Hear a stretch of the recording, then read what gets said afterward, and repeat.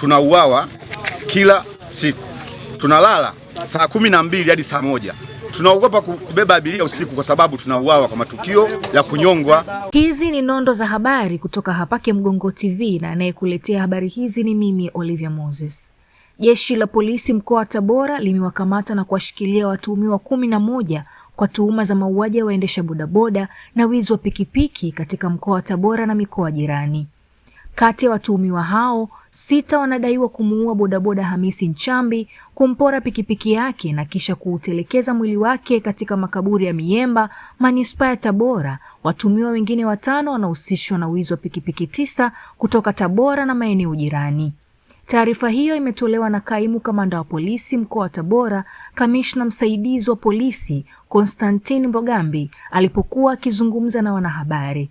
Amesema kuwa baadhi ya watuhumiwa wamekiri makosa katika mahojiano ya awali, huku wengine tayari wamefikishwa mahakamani kwa hatua zaidi za kisheria. Kamanda wa polisi Mbogambi amesema jeshi la polisi limejipanga kudhibiti uhalifu na kuwataka wananchi kuendelea na shughuli halali za kujipatia kipato. Pikipiki hii mnayoiona aina ya Sinore ndiyo pikipiki ya marehemu aliyeuawa mwili wake ukakutwa kwenye makaburi ya Miemba. Na hizi spana mnazoziona hapa ndio vitendea kazi vya wahalifu hawa. Wakishaziiba hizi pikipiki wanazifungua ili waweze kuzisafirisha kwa wepesi.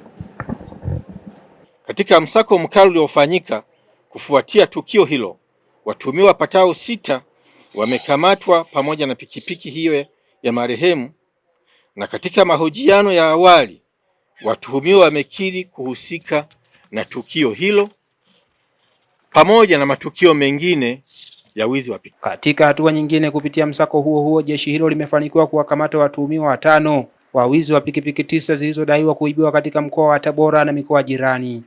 Januari 6, 2026 na Januari 7, 2026 katika maeneo mbalimbali ya mkoa wa Tabora tulifanikiwa kukamata watuhumiwa 5 wa wizi wa pikipiki pamoja na pikipiki 9 ambazo ziliibiwa katika wilaya ya Nzega mkoani Tabora na wilaya ya Kahama mkoani Shinyanga. Watuhumiwa hao wamefikishwa mahakamani kujibu tuhuma zinazowakabili.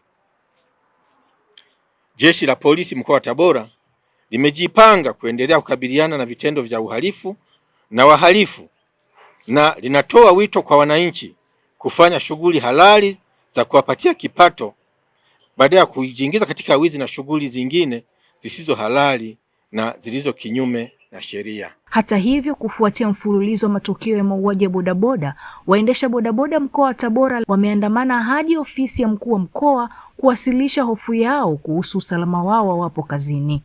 Mkuu wa wilaya ya Tabora, Bi Upendo, amewahakikishia kuwa serikali inaendelea kuchukua hatua madhubuti kuimarisha usalama huo. Sisi tumekuja na wenzangu hivi kwa mkuu wa mkoa kutoa hoja zetu kwa sababu tunauawa kila siku. Tunalala saa 12 hadi saa 1. Tunaogopa kubeba abiria usiku kwa sababu tunauawa kwa matukio ya kunyongwa. Tumekuja kwa mkuu wa mkoa aweza kutusaidia kero zetu sie. Kila siku tunakufa bodaboda. Na wamefanikiwa kuwakamata hao watuhumiwa ambao wanasadikiwa kuhusika kwenye hao matukio ambayo yamefanyika. Kwa hivyo sisi tutulie, vyombo vya sheria vitafanya kazi yake. Na tunaamini mahakamani watafanya kazi yao kwa haki na mwenye haki yake atapata haki yake. Kwa hivyo tuendelee kufanya kazi zetu katika hali ya utulivu na usalama. Lakini na sisi tuwe wa kwanza katika kuhakikisha amani na kuwepo kwenye maeneo yetu. Kwa habari nyingi utazipata hapa Kemgongo TV. Mpaka wakati mwingine, asante.